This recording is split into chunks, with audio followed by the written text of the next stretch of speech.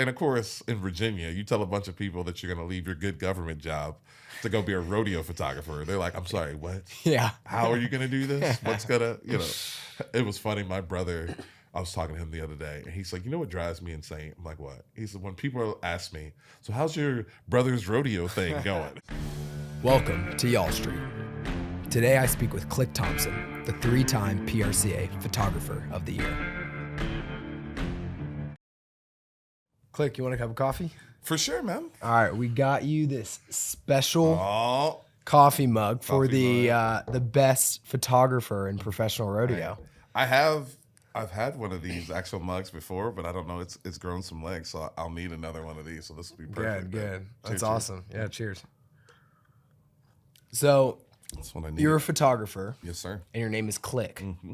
Are those correlated, or where'd the nickname Click come from? So it was never meant to be a nickname. I was just kind of around that AOL MySpace time, like with my top 8 and everything. And I'm like, I went to undergrad for graphic design, and then would later get my master's in photography. But Click was like a cool keyword kind of thing. Yeah. And so and there's a lot of Christopher Thompsons in the world, so I went with just Click Thompson. It was never intended to be a nickname, but then it kind of stuck, so more people know me as that than my real name. So when you were an undergrad, yeah, were you like, I'm going to take photos of people riding bulls for the rest of my life? No. Tell me about that. No. Tell me, when you were an undergrad, what did you want to do? I didn't know what I wanted to do. My mom knew that I liked to draw and stuff like that. She's like, you're going to be a graphic designer. I'm like, okay, what's that? How does that work?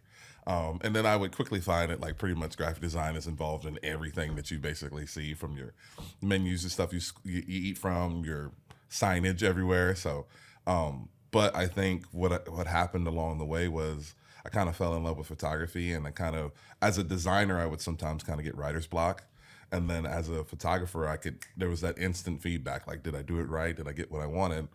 And then over time, I realized I could kind of combine the two, kind of be like this one-man show for some maybe smaller companies, like, hey, I can shoot your product and then kind of design a layout for you and things like that. But yeah, it kind of just grew from there, and then I stumbled along the cowboy trail. Are you able, and have you always been able, just to see in the picture, like before you take it? Because there's a lot of things that I'm not good at. Yeah.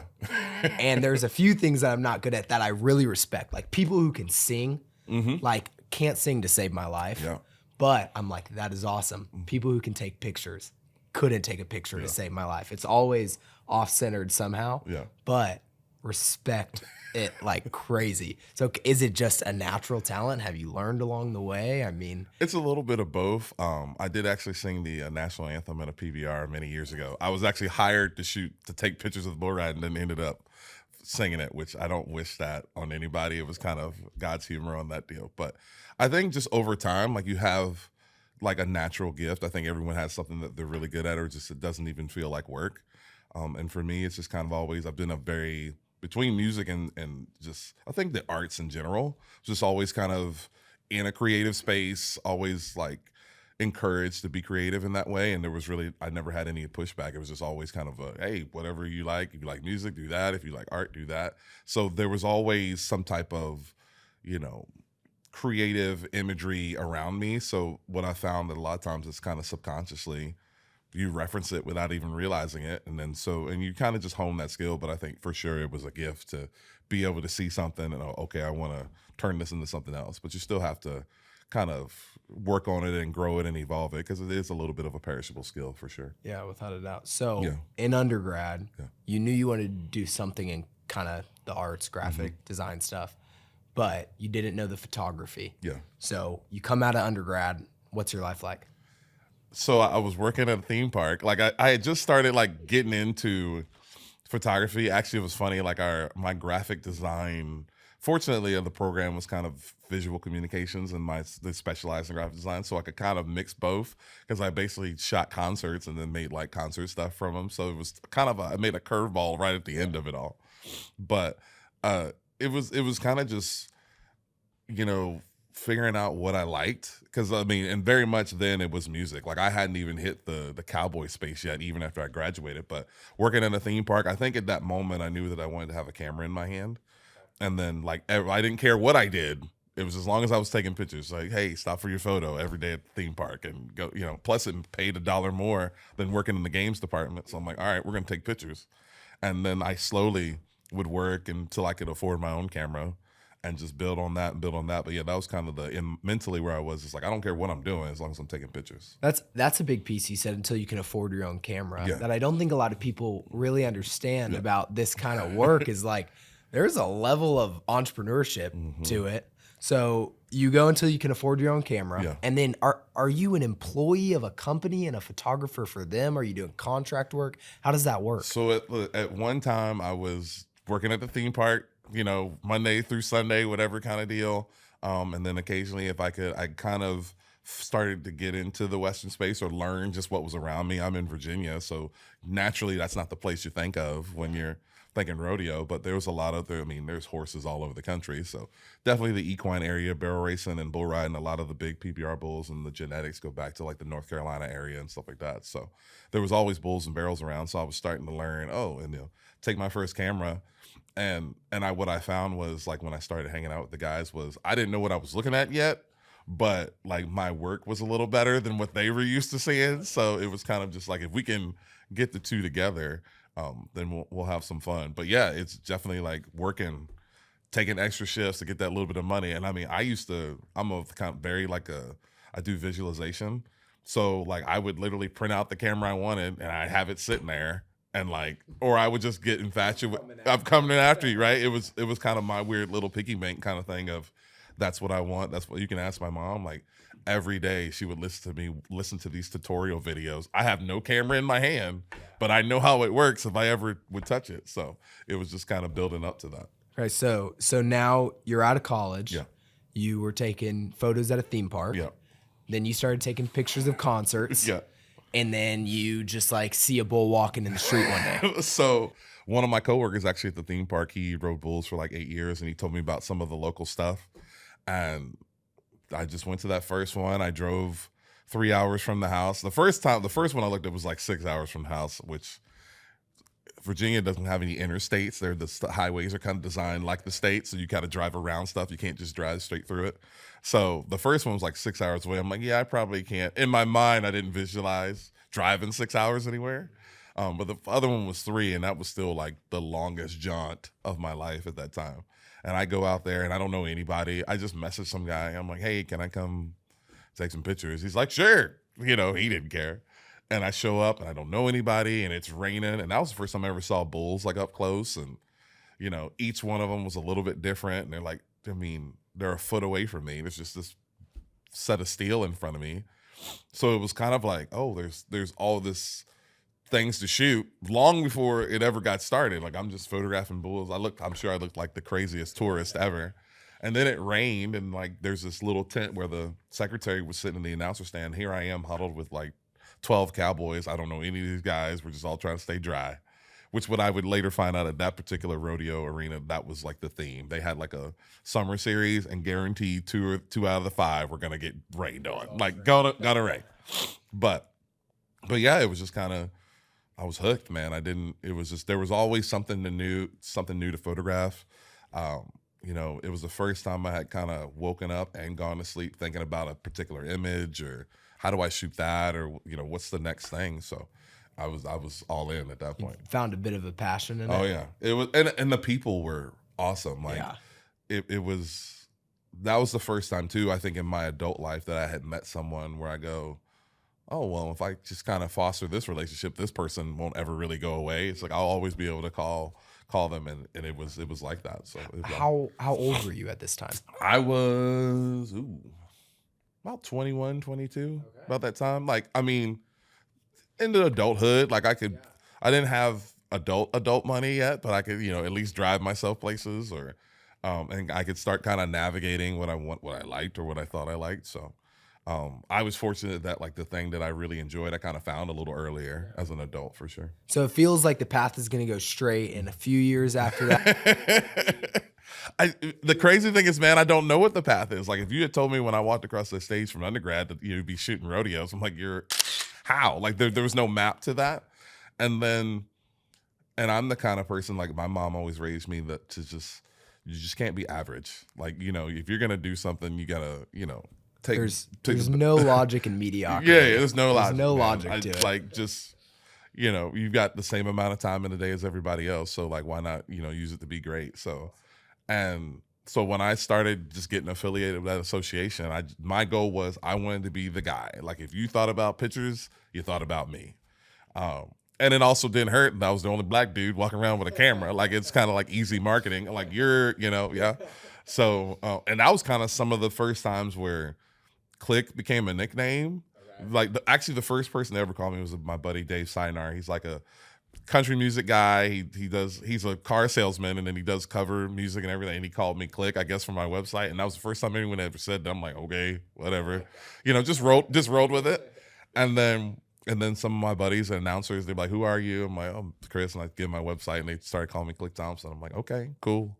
And just kept going. And like, how can I make my images better? But also I found that, like, once I knew what I was looking at, then that helped too. Like, I jumped in with a buddy who, he was the weirdest deal ever. I drive 3 hours, meet this guy that's a bullfighter. He's from Texas, but he lives like 30 minutes away from me. Like, so I'm like, oh, so we're headed in the same direction every time?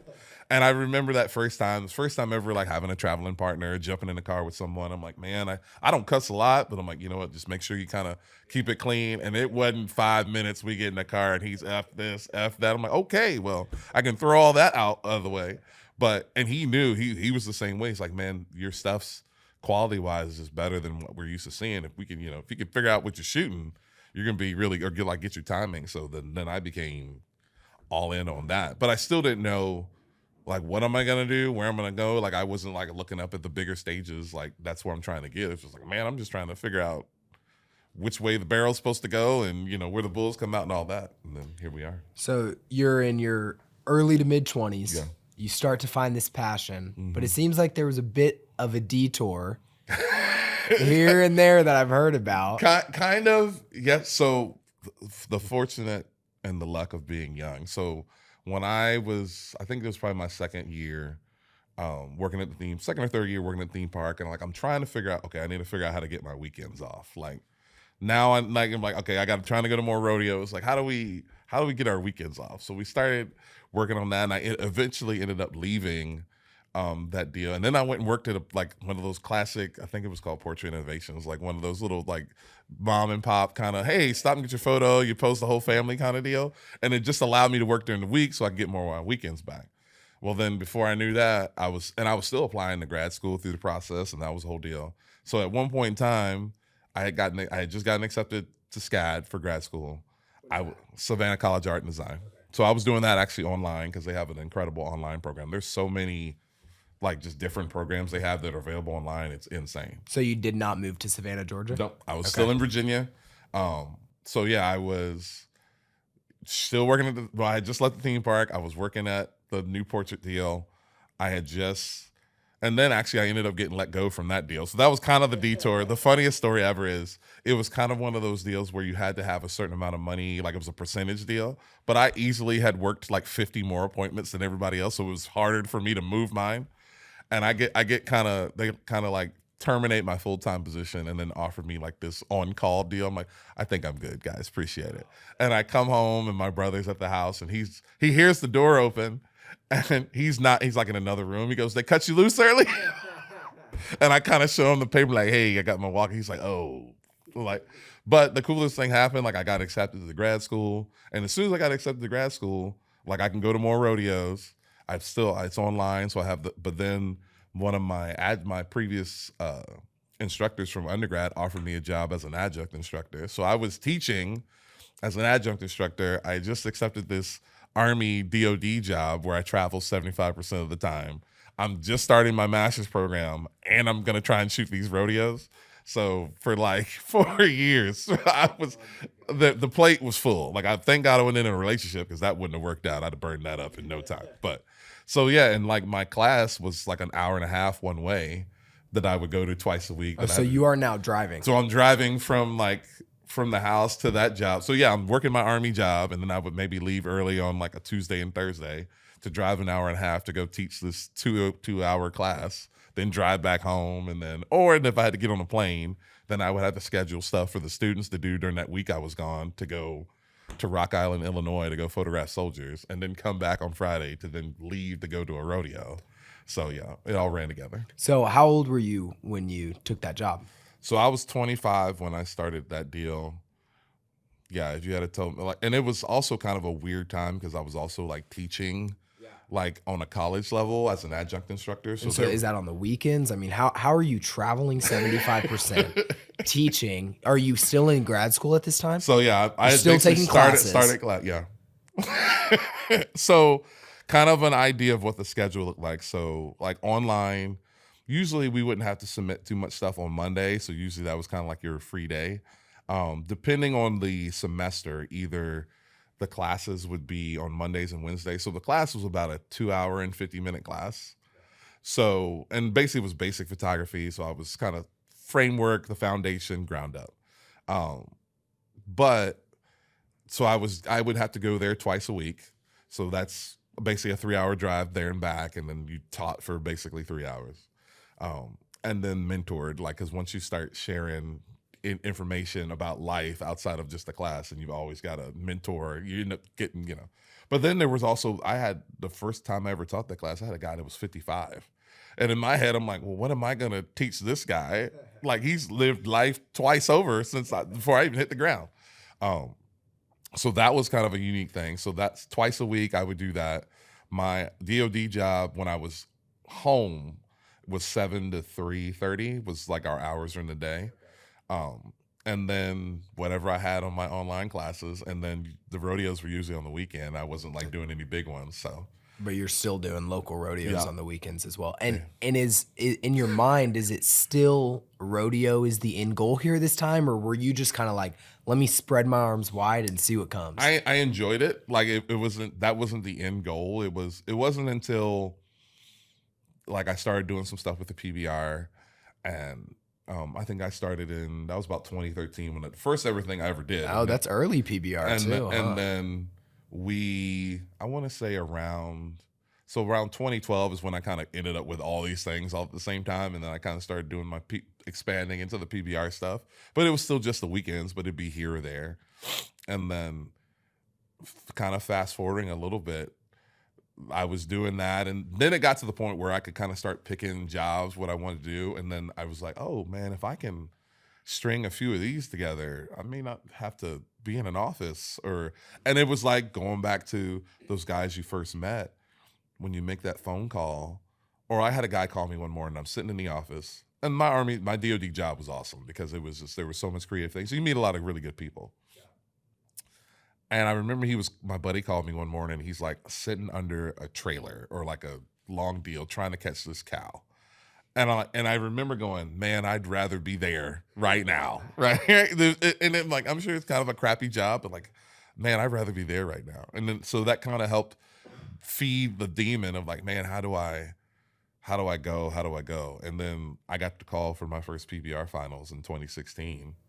And I'm like, oh, right. Because, and I was already still in shock of like, man, there's a lot of rodeo photographers. Like, why does he want me to do it? Like, I had just kind of volunteered if there was one in town, and I knew the guy who would like hire people. If he was in town, I'd help him out, but I still would buy tickets to the deal.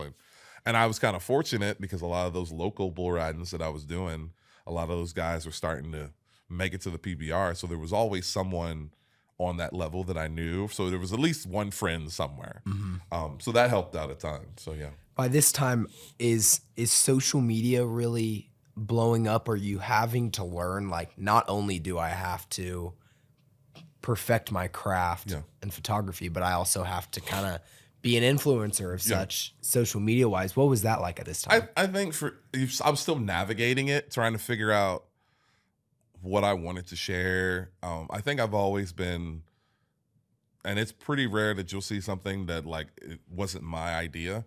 I'm pretty authentic that what I want you to see is what I want you to see. If I'm not as bad as I used to be. I'd go a month and not post anything. But like I learned, like, okay, then I got to kind of build up the traction again every time I would go again. So I always try to stay more active. But It was funny, like my logo, which now is everywhere. That was one of my coworkers at that DOD job made it. She was really good at designing icons, and we were just sitting there visiting one day, and I was like, how much you charge for a logo? She's like, man, I don't charge enough. It's probably like $100-$200. I'm like, I'll give you $300 right now to do something, right? And I just turned it over to her, and I remember getting that whole palette of just a couple different like brand stuff, and I'm looking at this logo, and that was the first time too that I had anything that was my face. Like I always wanted my name to associate and let my work do the talking. I didn't want anything to ever be me. And when I looked at it, I'm like, man. And I can't see it now, but when I first saw it, it was something, and I had to look at it again. I'll have to pull it up, where I could kind of see a bull's face kind of in mine. I'm like, that's it, right? Like I'm gonna do that. And people took to it, man. Like everyone, when I started doing patches, and everyone would want patches and things like that. So it was a cool thing, but like learning, I think too, like as an art student, you really don't learn how to be a business person. So that's something you have to learn sometimes on the back end, or like you have to through experience. And it was the same thing, kind of learning how to be a marketer and how to brand yourself and but I understood as a designer, the importance of a brand, right? I'm like, okay, what's consumable, what's easy, what's good, like people can, bam, right? So I think subconsciously that kind of helped. I wasn't like, oh yeah, let's do this, but I was thinking like, how do I, because the logo I had was basically just like a shutter, and it had like a little mouse clicky thing on it just for click, and like so. But I was like, man, like I liked it, but I could see people starting to do similar stuff. So I'm like, what can I do that's different, that separates me from everybody else? I'm like, well, my face is the only face that looks like my face, so we'll go with that. Right. Right. So let's just do that. And yeah, but it's definitely been like a learning process of, and I kind of always have looked at it like a Batman Bruce Wayne thing. Like the artist specifically is like Christopher. Like I always the craft is important to me, and I always want to be good at that. But like when it's showtime, you kind of have to be Batman, and you got to be Batman. And so it's kind of, but it's been a good like balancing thing for me, where like if I find myself spending too much time with Bruce, or do I need to go back to Batman, and kind of back and forth. So that's been a cool thing to have. But so that first PBR event, yeah, where was it? What was that like walking in? I mean, for people, describe a PBR event too for people who haven't been. A PBR event is it's a rock show, man. Like it is unlike anything you've ever seen. And I've gotten the opportunity now to like sit down and watch them, because usually there's always a camera in front of me. But I mean, it's action packed. It's energy the whole time. Like I remember we used to do tours, and like Richard Jones, who's the music guy, would be like, "You guys like this?" We'd have a tour of people. And he's like, "You guys like this country music?" Like, yeah. He's like, "Good, because you're not gonna hear any of it." Yeah, like it's hair flying, coming down. There's gonna be music blasting, but it's just high energy bull riding.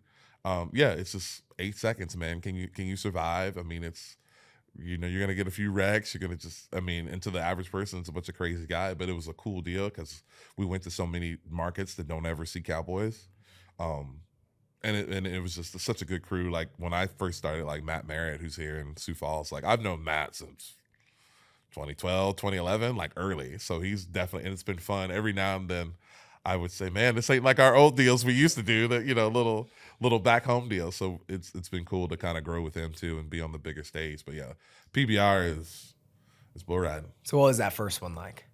So there were two different moments. The first one I did kind of on my own, was a smaller deal. I think it was might have been Hampton, which was Hampton, Virginia, about 45 minutes from me. And I would later do more stuff in that. But the first ever Built Fort Tough deal I ever photographed was in Baltimore, Maryland. It was like the first of the year, maybe the second day. It was so cold. It was so, like, and it was funny because when they, right there on the harbor, and when they would open that door to load bulls in and out, I mean, that gust would come in there, and just the whole time you just like, that's the one event I've ever seen like bull riders with hoodies and jackets over top of them, like pulling bull ropes right inside the building. But that was kind of like, man, this would be really cool. Again, man, if we can string a few more of these together, like how do I get back to this, right? And like I've always said, like rodeo and bull riding is the worst drug in the world. Like once you get it in, there is no, it consumes you. or as I call it, my dark mistress. But but yeah, man, just and just learning along the way, but still having a little bit of a feeling like kind of this is kind of where I'm supposed to be. And it was just kind of and there were already people I knew there, but then like now I'm hanging out with world champions and like there's Ty Murray and Guillermo Marchi and JB Mooney, and you're like, they're all right there. Right. Which is a unique thing about the Western industry is like, we still maintain the ability to be accessible. Like, you can, all you got to do is go to the fence and you can have a guy sign your autograph, or you can go to a meet and greet, or host hotel. You can stay in the same hotel the Cowboys are in, right? And for no extra charge, you just got to pay to stay there, right?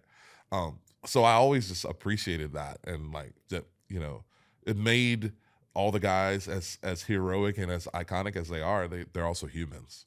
So and that was cool to be a part of that, and then be recognized by anybody, just someone's like, oh man, or we saw your picture, I'm like, okay, that's cool, like insane. That's amazing. Yeah. And so what was the process like to getting from that? You're doing all this stuff all at the same time, made a deal with the devil to get like 30 hours in a day. I don't know how you did it. Oh yeah. What was the process like to get to that, to fully, completely Western photography? It was, so I'd done, it's probably it was about my third year I'd done the finals, of the PBR finals. And I had been to Texas a few times to do a few events, and it was kind of like, and I love Virginia. I don't want anyone to ever think like I am a Virginia boy till the day I die.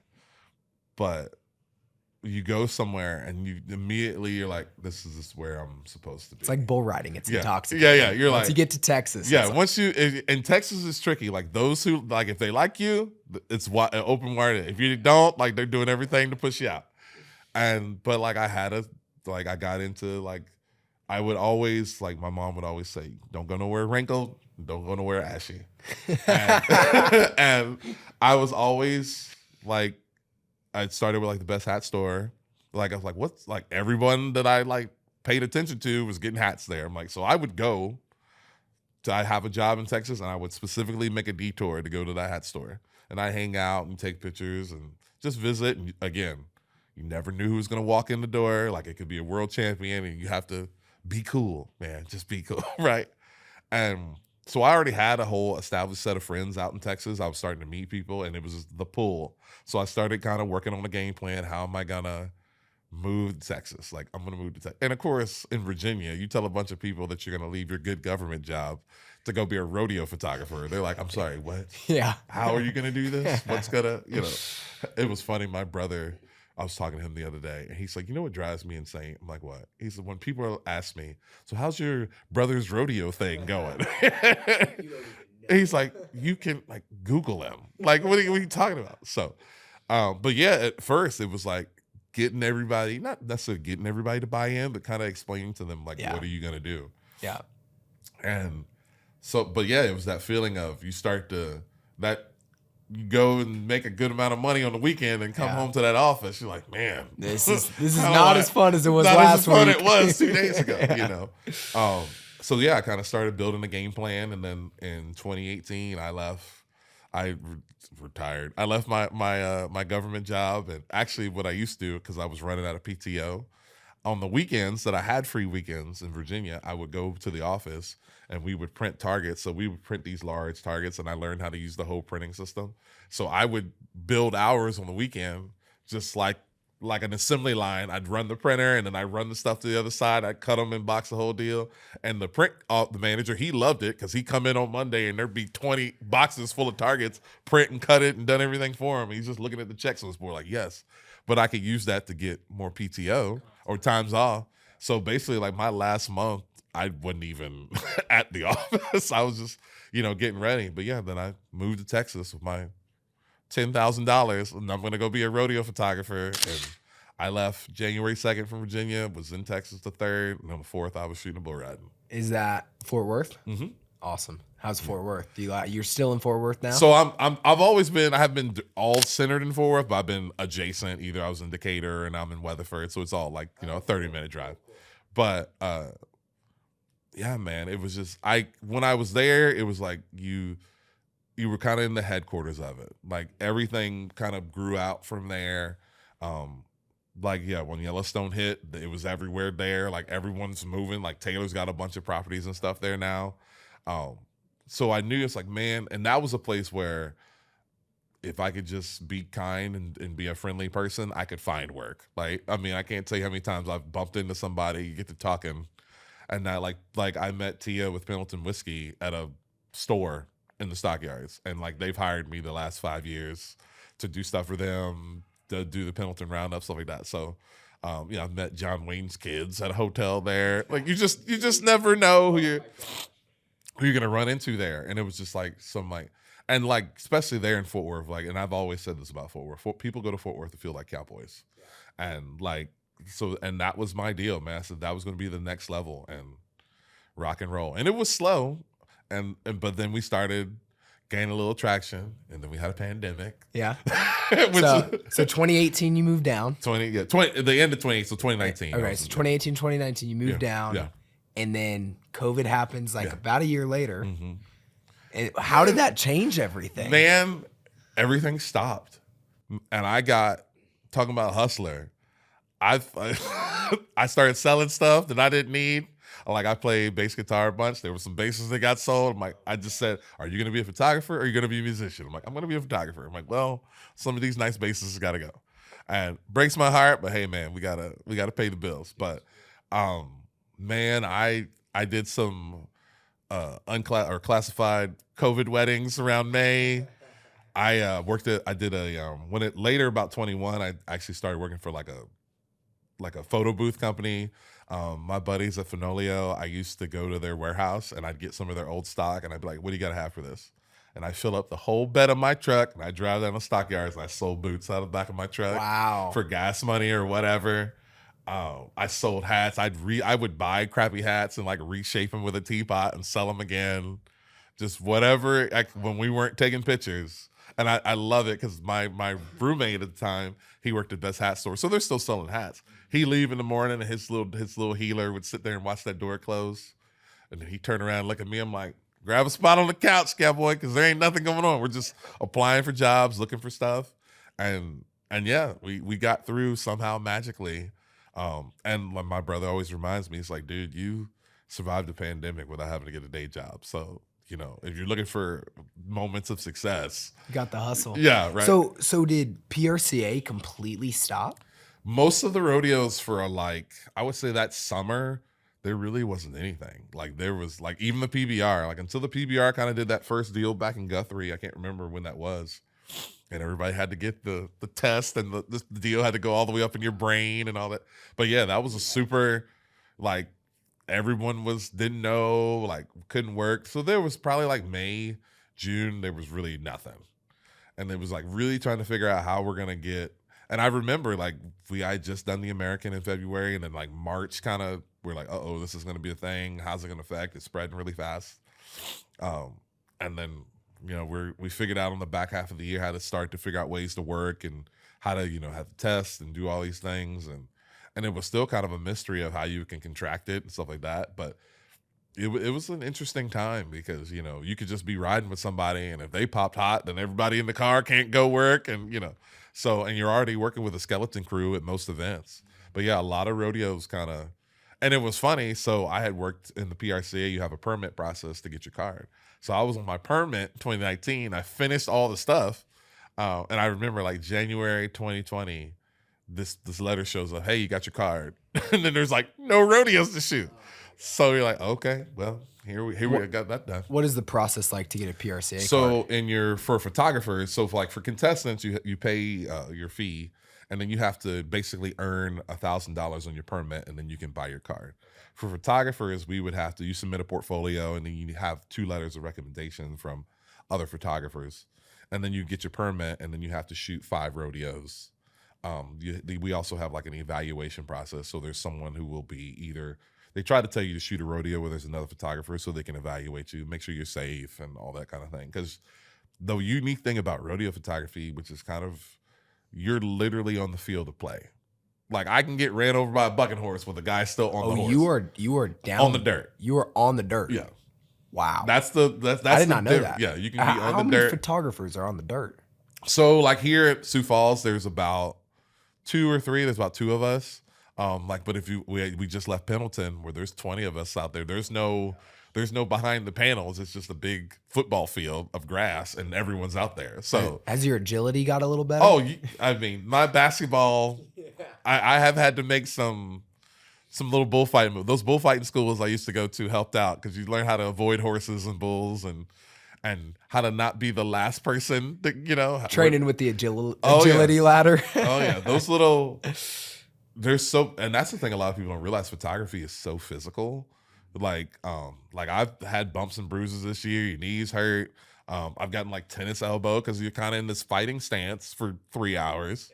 But yeah, it can be pretty labor intensive. I wear little knee pads in my jeans just to save my legs because, especially around the rough stock end, like all that dirt gets packed so hard, so it feels like concrete when you kneel on it.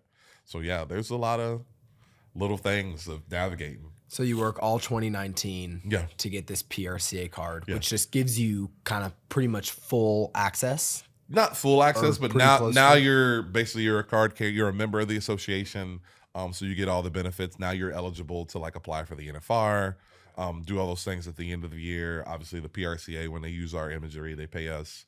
And it just gives you more access to do more things with your work as well. A bit of a made man. Yeah, in a way. In a way. And so you do that. You work all 2019 to get that, and then the world stops. Yeah.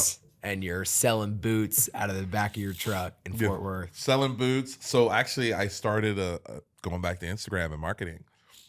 I recognized early on that this was an opportunity to get better at something. Whatever it is, right? So when we all start back moving, now you're ahead of the game, or you learned a new skill or whatever. But I'm like, oh man, how do I stay relevant or current? So I would go back through I had started this deal called the Corona Edits, and I would go back through my old library, and every day I'd edit a picture like I would now versus how I did back then, and kind of do a back and forth. And I actually got hired for jobs off of that, like just because it looked like I was always doing something. Where other people are like, oh, there's nothing to shoot. I'm like, well, there's something I can be editing and working on, and I got better at cooking a little bit, and and right, and just editing and staying visible. I think that's big part of my success is being visible. Yeah, and I mean the life of the entrepreneur too, right? Of I can't do this. Let me learn and get better skill, at that, right? No day is the same. You're always planning for today, tomorrow, and in the future too. So just navigating and figuring out. But it was and honestly, I appreciated that time because it kind of allowed us, one, as creatives, to get a little better. It got you a moment to reset. And I think it gave people a lot of opportunities to grow. So now 5 years later, you're three-time, maybe 4. We'll see. Four-time NFR photographer, correct, right? Okay, and NFR is National Finals Rodeo, Cowboy Christmas. Yep. In Las Vegas. Yep. It's the big event. Yep. And you're a 3-time PRCA Photographer of the Year. Mm-hmm. So you're like 60% since 2020. You're on a run, dude. So in the military, we call it fast tracking when you get promoted to a certain level. So kind of quick overview. In 5 years, when I started shooting rodeo, I shot my first PBR finals. In 10 years, I shot my first NFR. And since that 10-year, I've shot the NFR and been the photographer of the year every year since. Every single year? Every year since I started from the so first year. So that's 22, 23, 24? Mm-hmm. Oh my gosh. Is everybody else like, dude, get this guy out of here? I think those are two different things too. Because like the NFR, you're selected by a committee that looks at everyone's work and reviews stuff. So, and then the photographer of the year is actually voted on by the members of the association. So it's kind of two different kind of voting scales kind of thing. So it's been cool to be both of those things because then it kind of validates it. You're not just a popular guy. You're actually also good at what you do. Yeah. And that's the thing that I always want to, but I also say like people will remember you for who you are and not what you did. So like, and I look forward to the day where I can tell some young kids, back in my day, I used to be this old rodeo photographer. I was pretty good, But, and I found that like, man, if I can, always try to encourage people and just be a good person, the people that get excited when they see you, like that's going to elevate everything else too. So let's get in that PRCA bit first. So in order to be the 3-time PRCA Photographer of the Year, you're traveling. Yeah. How much? So to be eligible, you have to do 8 rodeos and 20 performances. So say if I did Rodeo Houston, that would count as one rodeo. It's about 20, 30 performances, but I still would have to go to 7 more rodeos. But this year, actually, I just checked before I came in here. I think we're at 32 rodeos and 106 performances this season. That's not including like the clinics I teach or some of the other events that are outside of the PRCA. But for sure, I can 4 to 5 months that I don't sleep in my bed a year. So how is that? Do you enjoy the travel? I mean, most events are not like the Houston Rodeo. Most events are a weekend, 2 or 3 events in the weekend. Yeah. I mean, how is that traveling all the time? Do you enjoy it? It changes from year to year. There's like when you're on the when you get to the end of a long run, you're just like, I just want to not be here, right? You know, but those moments when you're on the road and you get to see, like, there's so much of this country that I've seen just because I wear a cowboy hat and I shoot rodeo. Yeah. Like, I've seen Mount Rushmore because I was in town at a rodeo, or, you know, like Sioux Falls, or just Las Vegas, right? And I remember I took a young kid out there to Las Vegas, and he grew up in a town of 3,000 people. Actually, wasn't even thinking, about 3,000 people.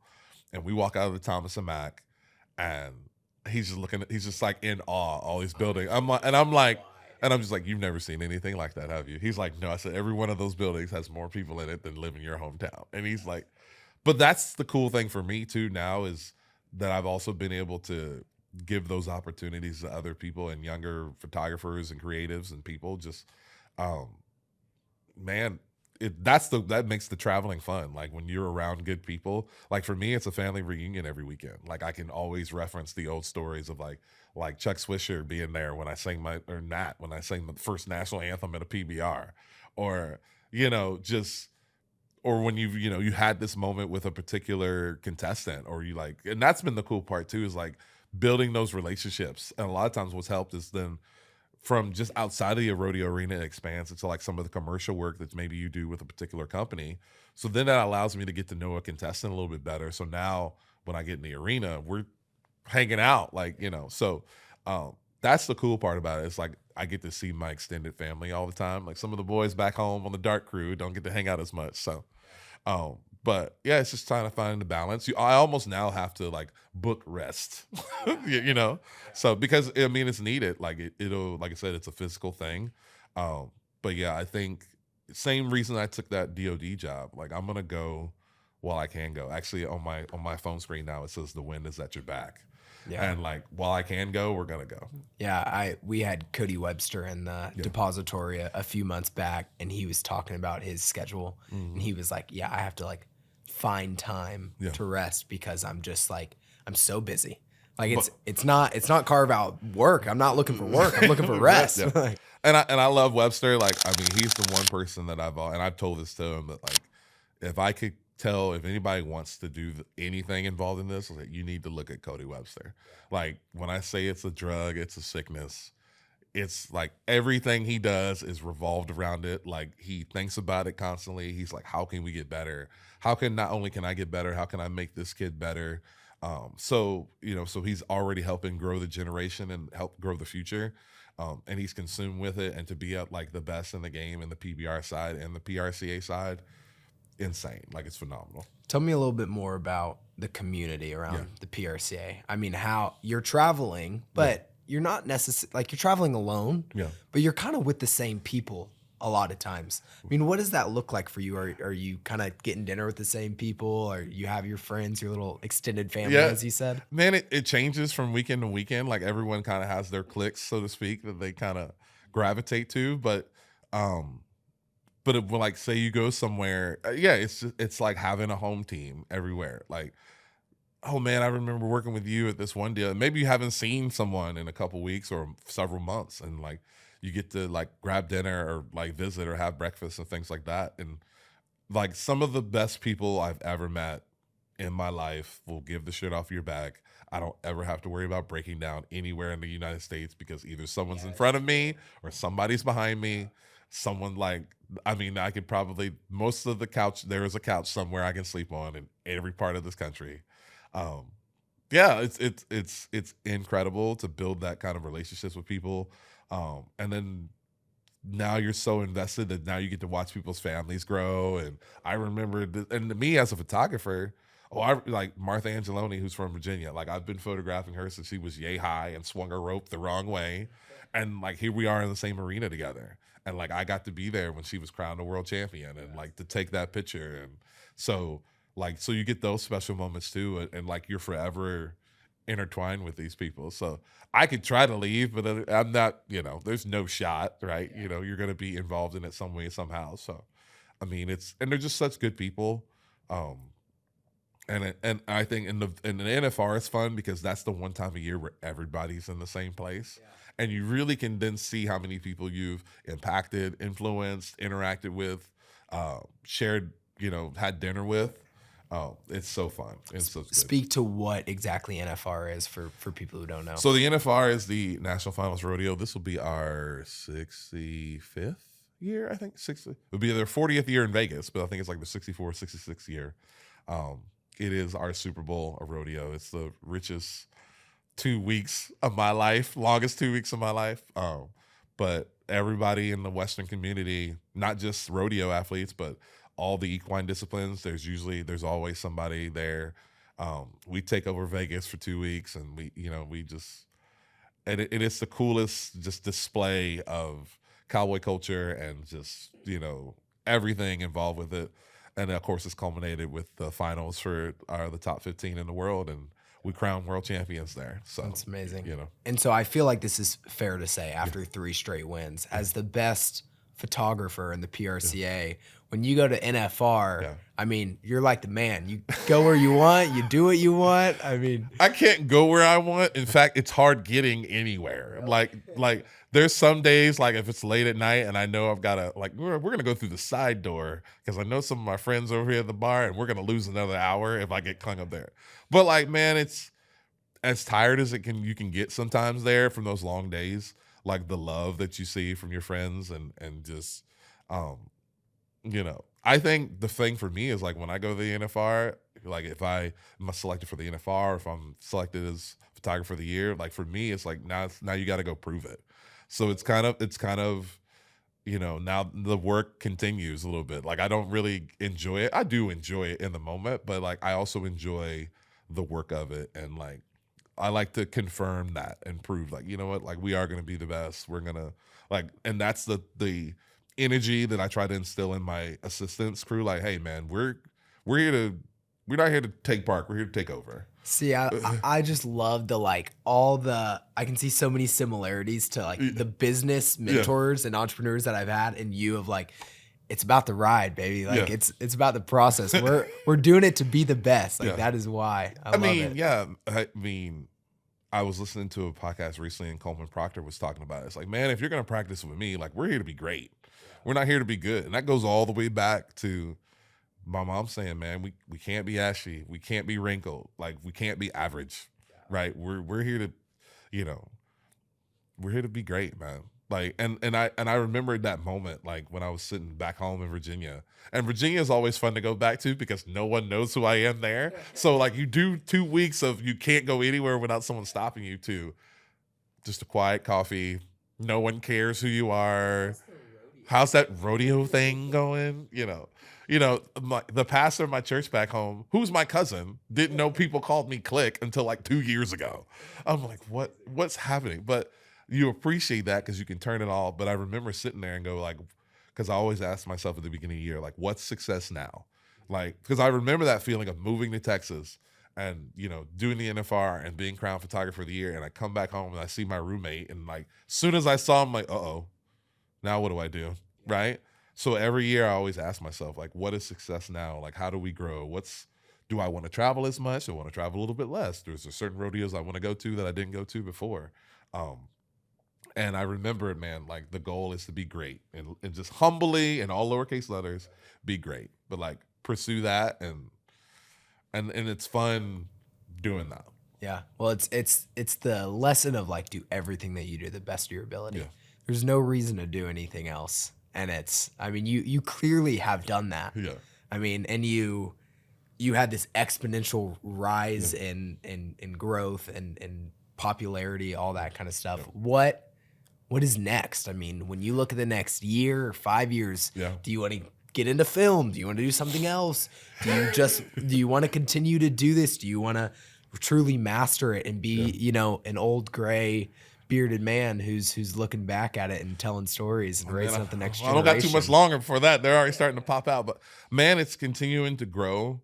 And like, who knows? Like I could say today, like, man, like continuing to build on that, but like I could go in January and be like, man, maybe it's changed a little bit. We've evolved, but continue to set a standard of excellence and like help our industry grow, because I think it benefits every person that's involved in us if like there are good imagery out there and like people who are carrying the torch, working on some book projects, working on some gallery shows, maybe kind of some digital like masterclass kind of stuff to kind of expand for like people who maybe aren't able to travel to clinics but still want to learn. There are some film ideas. Like, I don't know if I'll be shooting it. I definitely will see myself kind of as a director, because I have some projects and stories that I want to tell, because when you get to know people on the road, there's so much stuff that people don't see. I bet the stories of some of these Cowboys are amazing. And it's the same for me. Like, I could post the coolest picture in the world, but if I post what music I'm listening to today, more people are interested in that, or like what I'm wearing sometimes than like the images. So I think people are really interested in your process. I used to say I'm more interested in your order of operations rather than your thesis statement. And like why do you do what you do? What's your, because that's what reveals, like, I think what makes people great is like their motives and why they do things. And, why do you tape your hand a certain way? Or, why is the saddle shaped a certain thing? Or like, why do you use this camera? Why do you use this lens? Or, all kinds of little quirky things. So. Well, I feel like people respect the work, but more than that, they respect the person who is able to create that. Yeah. And that is the cool. That's probably why people like to hear the music. That's why people like podcasts like this, because they get to sit and just hear you talk for an hour about your story. And like, that's what they care about, is like, how did that guy, not just what did he do, but how did he do it? Because people who have that ambition, they want to do that as well.